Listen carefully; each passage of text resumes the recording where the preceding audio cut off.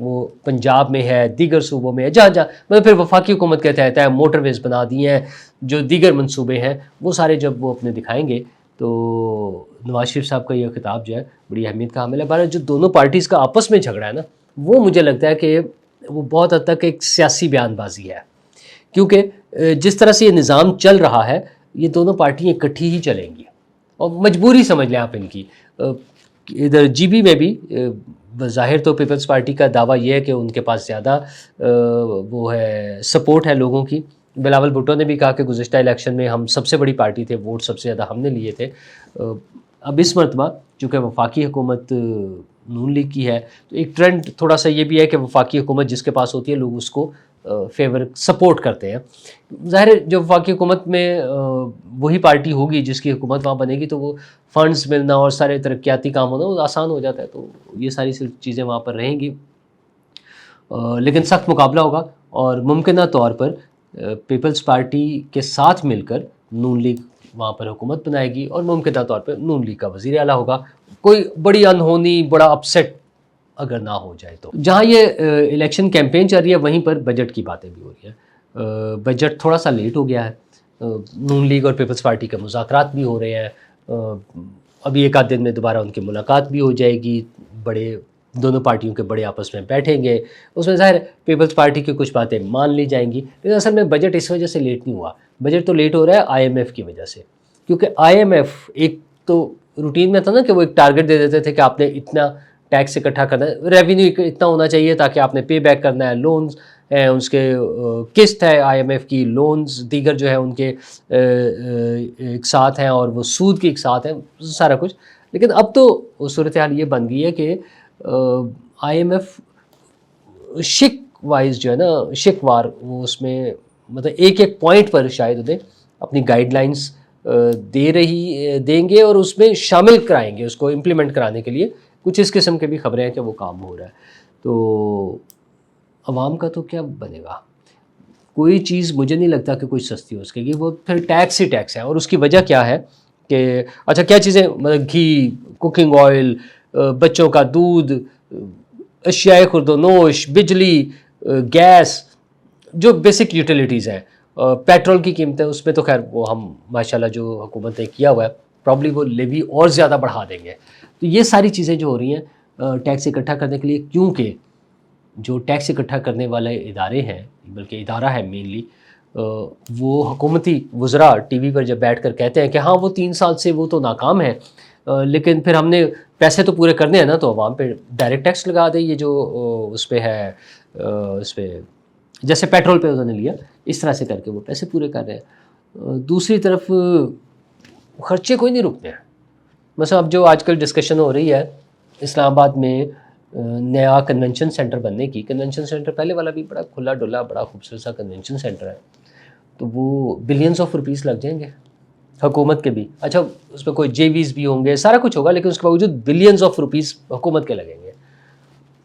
کیا کس کو پرواہ ہے، لگ جائے، کوئی فرق نہیں پڑنا۔ یہ اسی طرح جیسے آئل مارکیٹنگ کمپنیز پہ یہ تیسرا ہفتہ چل رہا ہے، 2 ہفتے گزر گئے ہیں، وزیر اعظم صاحب نے نوٹس لیا، کمیٹی بنائی ہے کہ وہ 72 ارب روپے ایکسٹرا لے گئے ہیں، کوئی بات نہیں۔ اچھا اس سے پہلے پچھلے سال جو ڈسکوز نے اسی طرح سے کوئی 100 بلین روپیز یا شاید اس سے بھی زیادہ اوور بلنگ کی صورت میں اکٹھے کر لیے تھے، وہ بھی کمیٹی بن گئی، مطلب وزیر اعظم نے نوٹس لے لیا، کمیٹی بن گئی، ختم، عوام کو کوئی ریلیف نہیں ملنا۔ اچھا ابھی بھی اب ڈسکوز کو بیچنے کی بات ہو رہی ہے، نجکاری کی، بیچنے کا لفظ میں استعمال کر رہا ہوں، چلے اس کی نجکاری کی، اس میں اب انٹرنیشنل پلیئرز آ گئے ہیں۔ اب حکومت یہ بتا رہی ہے کہ اس میں چین، ترکی اور قطر، یہ ممالک جو ہے انٹرسٹ لے رہے ہیں، ان کا اس میں اچھا وہ کیوں انٹرسٹ لے رہے ہیں، اس کا مطلب یہ ہے کہ ان ممالک کو پتہ ہے کہ یہ سعودی عربیہ بھی ہے اس میں، کہ یہ جو پروجیکٹس ہیں ڈسکوز کے، یہ پروفٹیبل بزنس ہے، اس میں سے پیسے کمانے ہیں۔ ہماری حکومت کیوں نہیں کر سکتی؟ یہاں پہ لاسز کیوں ہے؟ نالائکی ہے، نیت کا فقدان ہے، وہ پرائرٹی نہیں ہے۔ اگر پرائرٹی ہو تو یہ سارے کام، مطلب وہ مجھے یاد ہے میں اور عمران شفقت صاحب ہم ملے تھے لاہور کے جو لیسکو کے چیف ہیں، اور وہ کلیم کر رہے تھے کہ ہم نے اوور بلنگ زیرو کر دی ہے. اب اگر ایک ڈسکو کا ایک جو کمپنی ہے ان کے سی او یہ کلیم کر سکتے ہیں تو کیا باقی بھی نہیں ہو سکتا؟ اور اچھا یہ بھی تو دیکھنا ہے کہ کیا باقی وہ ہو گیا ہے. حکومت بتائے نا کہ کیا سین ہے. تو اگر کہیں پر کام ہو سکتا ہے تو تمام میں کیوں نہیں ہو سکتا؟ مطلب بیچنا ہی کیوں حل ہے؟ اور یہ بکنے والا بھی وہی حال ہوگا جو آئی پی پیز کا ہوا ہے کہ کچھ پاکستانی لوگوں نے بھی کچھ کمپنیز بنا کے نا، باہر ہوتے ہیں نا کوئی سیٹ اپ بنے ہوئے کسی بھائی کا، رشتہ دار کا، چاچے تائے کا، ماما کا، اور وہ مطلب جو بندر بانٹ والا ہمارے ہاں جو ایک کانسیپٹ ہے، یا یوں کہہ لیں کہ جو پرسیپشن ہے. ہاں کرپشن میں پرسیپشن بھی تو بڑے میٹر کرتی ہے نا، بلکہ کرپشن انڈیکس جو ہے اس میں وہ پرسیپشن بیس ہی ہوتا ہے زیادہ. تو وہ ہمارے چونکہ اس طرح کی چیزیں ہیں، مختلف واقعات ہم پہلے دیکھ چکے ہیں، تو ابھی بھی یہی خدشات ہیں کہ یہی کچھ ہوگا. عوام کو کوئی ریلیف نہیں ملنا. اور حد تو یہ ہے کہ وزیر خزانہ کے بارے میں ایک نیشنل ٹیلی ویژن پر بیٹھ کر وہ محسن بیگ صاحب نے جب بات کی کہ وہ تو صبح سے ہی ٹون ہوتے ہیں، شام میں تو خیر ہوش ہی نہیں ہوتا، صبح سے وہ پی رہے ہوتے ہیں. مجال ہے جو کسی نے اس پر کوئی ایکشن لیا ہو. اس کی دو وجوہات ہو سکتی ہیں نا. اب اس کے دو سین بنتے ہیں. اے کہ وہ غلط کہہ رہے تھے، اور وہ غلط کہہ رہے تھے تو اس پہ ایکشن ہونا چاہیے. مطلب وہ پیکا ہے تو وہ کیا کہتے ہیں ڈیفیمیشن لاز ہیں، اور پتہ نہیں کیا کیا قوانین موجود ہے. پیمرا نے کچھ نوٹس لینا تھا، کسی نے نوٹس ہی نہیں لیا اور وہ بول کر چلے گئے خاموش. اور وزیر موصوف نے بھی کوئی اس پہ وہ ایکشن نہیں لیا، حکومت نے ایکشن نہیں. اصل میں تو حکومت کو ایکشن لینا چاہیے کہ ان کے ایک وزیر، اور انتہائی اہم وزیر، ویسے تو ہر وزیر ہر ایم این اے اہم ہوتا ہے، وزیر خزانہ پر اتنا بڑا الزام لگا اور کسی نے ایکشن ہی نہیں لیا. اور دوسری وجہ یہ ہو سکتی ہے کہ شاید سب نے یہ تسلیم کر لیا کہ وہ ٹھیک کہہ رہے تھے، اس لیے ہمیں کچھ کرنے کی ضرورت ہی نہیں. اور ٹھیک کہنے کا مطلب یہ ہے کہ جو محسن بیگ صاحب نے ٹی وی پر بیٹھ کر کہا کہ وفاقی وزیر جو ہے وہ صبح سے پینی شروع کر دیتے ہیں آفس میں ہی، اور شام تک تو وہ ہوش میں ہی نہیں ہوتے، تو اس دوسرا مطلب یہ ہو سکتا ہے کہ وہ ٹھیک کہہ رہے تھے. تو حد ہے ویسے یار.